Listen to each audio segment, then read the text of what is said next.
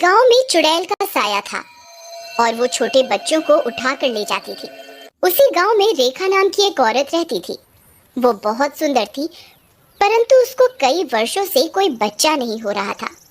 इसके कारण उसे गांव की औरतें अक्सर ताने दिया करती थी। एक बार गांव की औरतें कुएं से पानी भर रही होती हैं और रेखा भी पानी लेने वहां जाती है। अरे ये देखो, रेखा जी आ रही हैं। बेचारी है तो कितनी सुंदर, लेकिन बेचारी को कोई बच्चा नहीं हो रहा। अरे रूपा बहन, बोलती तो तुम ठीक हो। हाँ, पूरी हीरोइन बनती है। लेकिन एक बच्चा नहीं दे पा रही अपने परिवार वालों को। तभी रेखा वहां आ जाती है। मुझे बच्चा हो या ना हो, लेकिन तुम सबको क्यों दुख हो रहा है? औरत होकर भी ताने देती रहती हो, शर्म आनी चाहिए तुम्हें। लेकिन इस बात से रेखा बहुत दुखी हो जाती है और अक्सर दुखी रहने लगती है और धीरे धीरे वो गांव में भी सबसे बात करना बंद कर देती है। कुछ दिनों बाद आधी रात में चुड़ैल आती है और सोते हुए एक छोटे बच्चे कल्लू को गोद में उठाकर अपने साथ ले जाती है। अरे नहीं भैया रे, चुड़ैल चुड़ैल मम्मी बचाओ बचाओ। अरे चुड़ैल आंटी मुझे सुन आई है, डरा जाने दो, छोड़ दो। अरे बच्चे की जान लोगी क्या? चुड़ैल उसके मुंह पर एक कपड़ा बांध देती है ताकि वो चिल्लाकर गांव वालों को ना बुला ले। तू तो छोटा सा लेकिन बहुत चालाक बनता है, मुझे बेवकूफ समझा है क्या? चुड़ैल उठाकर उसे ले जाती है। अगली सुबह मेरा कल्लू कहाँ गया? मिल ही नहीं रहा।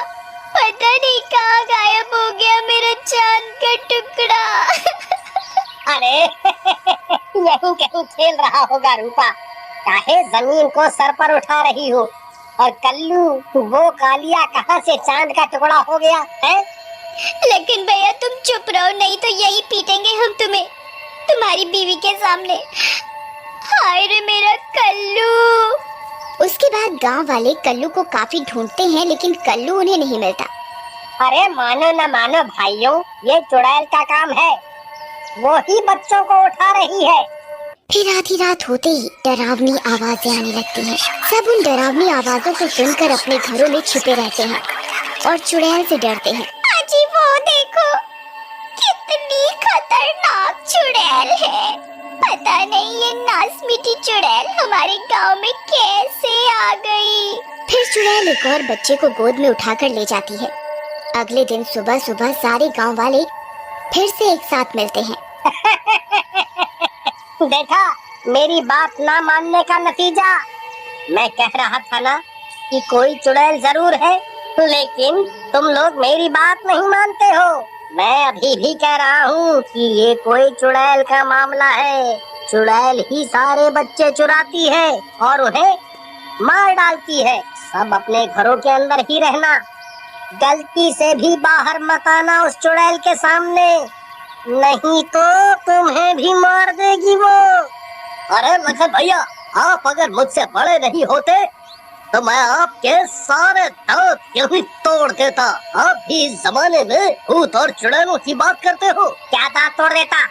तुम अभी शहर से आए हो, तुम्हें नहीं पता गांव में चुड़ैल आती है? सबको पता है। तुम अपने घर में ही रहना, रात में बाहर मत निकलना। तुम ज्यादा साइंस पढ़ लिए हो है? हमने जो देखा वो बता दिया। तभी वहाँ बूढ़ा हरिया आता है। अरे नास मिटो, काहे को सुबह सुबह लड़ रहे हो? गांव में इतना संकट आया हुआ है। अरे बाबा, ये रॉकी ही हमारी बात नहीं सुन रहा। हाँ रॉकी बेटा, सही कह रहा है लखन। सब जानते हैं कि गांव पर चुड़ैल का साया है। एक तांत्रिक को बुला के दिखा लेते हैं। अरे बुड्ढे, क्या बोल रहा है यार? ये तो तांत्रिक बुलाने के चक्कर में पड़ गया। इसके बाद हरिया और बाकी गांव वाले मिलकर एक तांत्रिक को बुला लाते हैं। तांत्रिक बाबा, मुझे कुछ दिन पहले रात में आते समय कुछ डरावनी आवाजें पीछे से बुला रही थी। एक बार चेक करो कौन सी चुड़ैल है बाबा। तूने मुझे क्या डॉक्टर समझा है क्या, जो मैं बुखार चेक करूंगा? इसके बाद तांत्रिक नीचे बैठ जाता है और ध्यान लगा लेता है और कुछ देर बाद अरे मुझे कुछ भी नहीं दिखाई दे रहा। मेरे हिसाब से यहाँ कोई भी चुड़ैल नहीं है। बाबा एक बार फिर से चेक करो, शायद कहीं छुप गई हो। अरे दोस्त बालक, क्या छुपन छुपाई का खेल हो रहा है? ज्यादा मत बोल, नहीं तो तुझे अभी जादू से बकरी बना दूंगा। इसके बाद तांत्रिक वहाँ से चला जाता है। गांव वाले फिर से दुखी और परेशान हो जाते हैं कि यदि ये चुड़ैल का काम नहीं तो किसका है। कुछ दिनों बाद गांव में एक बच्चे की फिर से चोरी हो जाती है। इस बार गांव वालों का शक रेखा पर जाता है। हो ना हो, हमका तो लागत है ये काम इस रेखा का है। इसके बच्चा तो हो नहीं रहा, इसीलिए लागत है चिढ़ के मारे ये हमारे बच्चों को मार रही है। अरे भाभी, ये क्या बोल रही हो? भला रेखा ऐसा काहे करेगी? ऐसा झूठा आरोप मत लगाओ बेचारी पर। तुम तो चुप ही रहो लखन भैया, तुम तो बेचारी कहोगे ही। देखे हैं कई बार तुम्हें निहारते हुए उसको, बहुत ही प्यार से देखते हो रेखा को। तुम्हें क्यों लगेगी वो बच्चा चोर? उसके बाद सारे गांव वाले रेखा के घर चल पड़ते हैं। रेखा अपने घर के सामने ही बैठी होती है। देखो देखो महारानी जी कैसे बैठी हैं, आराम से हमारे बच्चों को चुरा कर। अरे अरे रूपा बहन, ये क्या बोल रही हो?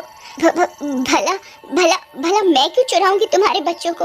मैंने तो तुम्हारे बच्चों को भी अपना ही माना है। ओ हो। देखो भाइयों, 100 चूहे खा के बिल्ली हज को चली। देखो देखो कितनी शरीफ बन रही है हमारे बच्चों को चुराकर।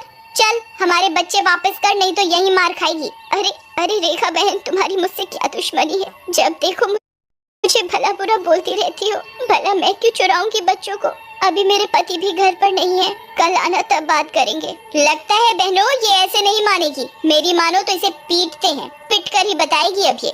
रूपा के भड़काने के बाद गांव की औरतें जिनके बच्चे गायब हुए होते हैं रेखा के साथ जबरदस्ती करने लगती हैं और उसे घर के बाहर ही एक पेड़ से बांध देते हैं। रात भर बाहर बंधी रहेगी तो सुबह अपने आप सच बोलेगी। गांव वाले रात में रेखा को वहीं बांध कर चले जाते हैं। अगले दिन सुबह रेखा का पति कबीर गांव आता है और रेखा को खोलकर उसे घर के अंदर लेकर आता है। अरे रेखा, ये तुम्हारे साथ किसने ऐसा किया? मैं उन सबको जान से मार दूंगा।